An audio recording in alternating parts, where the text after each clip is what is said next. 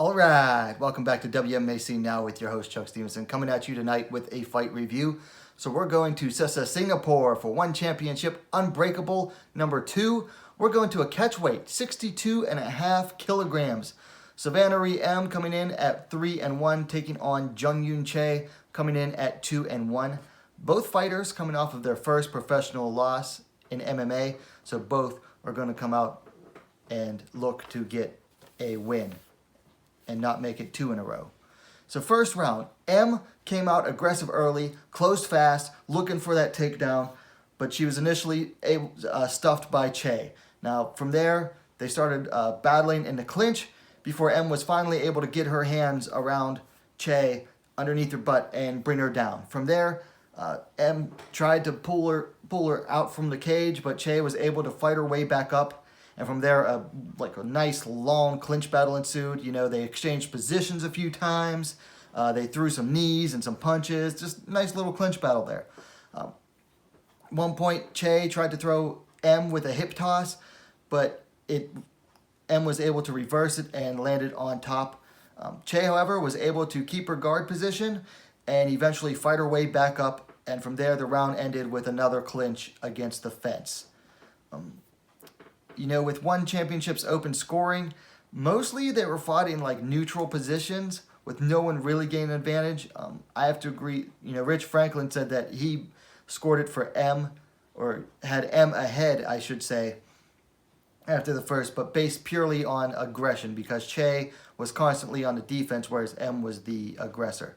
So for second round, Choi landed a nice stiff jab to the face of M and threw another one, but M was able to duck under it to score a clean double leg takedown, landed straight in side control. Now, M tried to move to mount, but Choi was able to regain, half guard, but not for long as M was quick to pass again to side control. From there, she threatened with an arm triangle on the other side and used that to move for mount. Choi was able to escape the arm triangle, but M used that to then get to mount and started throwing some ground and pound. And from there, she went to posture up to throw some harder ground and pound, but Choi was able to escape and stand up again. Little bit of a clinch battle against the fence again, but another takedown by M, who again she basically got her arms around the body of Choi, picked her up belly to belly, slammed her, not a suplex, but just like a side slam, and went straight to side control off of that slam again. And from there, M was able to gain a crucifix and started landing enough unanswered ground and pound, forcing the referee to stop 2 minutes and 51 seconds of round 2 for your winner by TKO due to ground strikes, Sovannahry M. Now, you watch this fight, and you can watch the whole event on Bleacher Report's YouTube channel. This was pretty much a regional level fight. I mean, you know, one fighter with 4 fights versus a fighter with 3 fights. You know, it wasn't the most high level skill fight. So I mean, if you go into watch the fight and go into it expecting that, then you won't be disappointed. The big question that I got out of this fight is, you know, what weight are these two going to fight at in the future? Because they were just north of 135 pounds at 62.5 kilograms. It makes me wonder if one championship is, going to try to build up a little bit of a 135-pound division, because they have Colby Northcutt, Sage's sister, signed, and that's the weight class that she's going to fight at. So it makes me wonder, what are they going to do with these two? Why did they have them fight at this weight?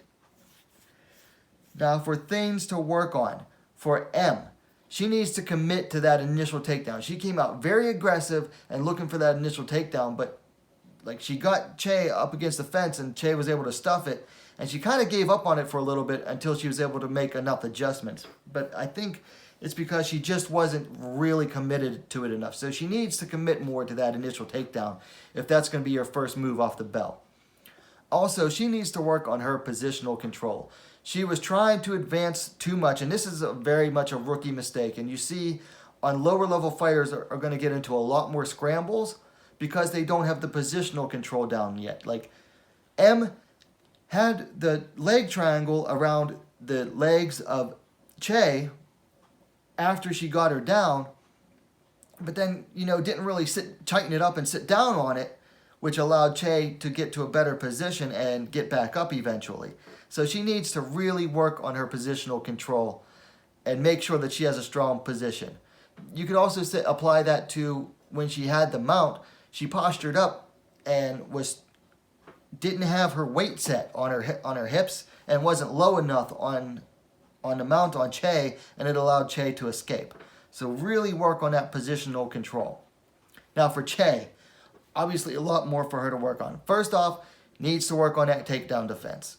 I mean, she was able to fight off the initial takedown for a little bit, but after that, it kind of went downhill from there.